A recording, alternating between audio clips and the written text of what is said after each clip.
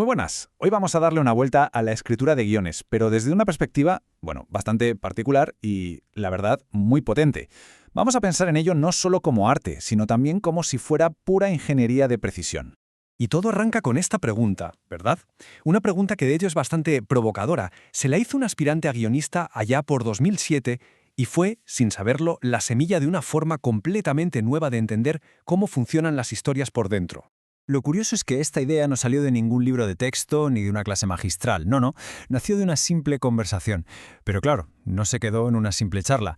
Se convirtió en una especie de hipótesis que se puso a prueba una y otra vez, guión tras guión, durante años, hasta que demostró que, efectivamente, funcionaba.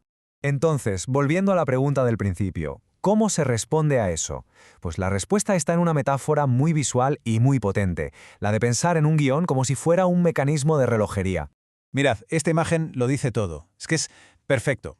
La estructura de una historia puede verse como esta maravilla de la mecánica. Cada pieza, da igual lo pequeña que sea, es absolutamente fundamental. Si un solo engranaje se atasca, el reloj se para. Y en una historia es igual. Si una escena no funciona, la narrativa se rompe y todo el ritmo se pierde. Y esto nos lleva a lo que podríamos llamar la teoría de la relojería. La idea es muy sencilla, dejar de ver la creatividad y la estructura como dos cosas separadas. Al contrario, van de la mano. La creatividad es la energía, pero necesita un motor increíblemente preciso para poder funcionar. Y ese motor es la estructura. Esta frase es buenísima porque nos muestra justo el momento de la revelación, ¿no? No es una teoría que alguien le impuso, sino una conclusión a la que llegó de forma natural, después de analizarlo a fondo. La estructura no es una cárcel para la creatividad, para nada. Es más bien un plano, un esquema detallado para construir algo que funcione a la perfección.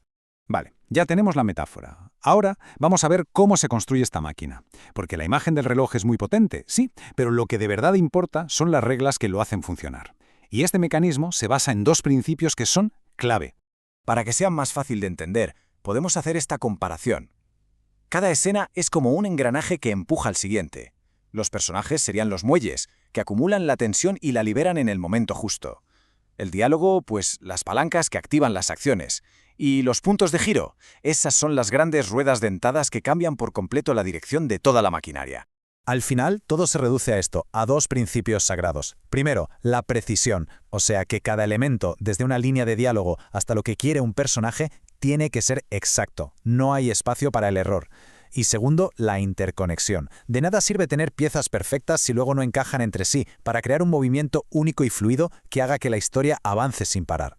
Bien, hemos visto las piezas y las reglas. Pero ahora viene la gran pregunta. ¿Y todo esto para qué? ¿Cuál es el resultado final de construir una historia con esta mentalidad casi de ingeniero? ¿Dónde está el verdadero poder de esta estructura tan cuidada? Este recorrido lo explica genial. La idea surge en 2007. Durante los 4 años siguientes se pone a prueba en 5 guiones distintos, en la práctica. Y a partir de 2011 deja de ser solo una teoría y se convierte en una herramienta de trabajo profesional, probada y fiable. Vamos, que es un método que se ha forjado en el campo de batalla. Y aquí está el gran beneficio.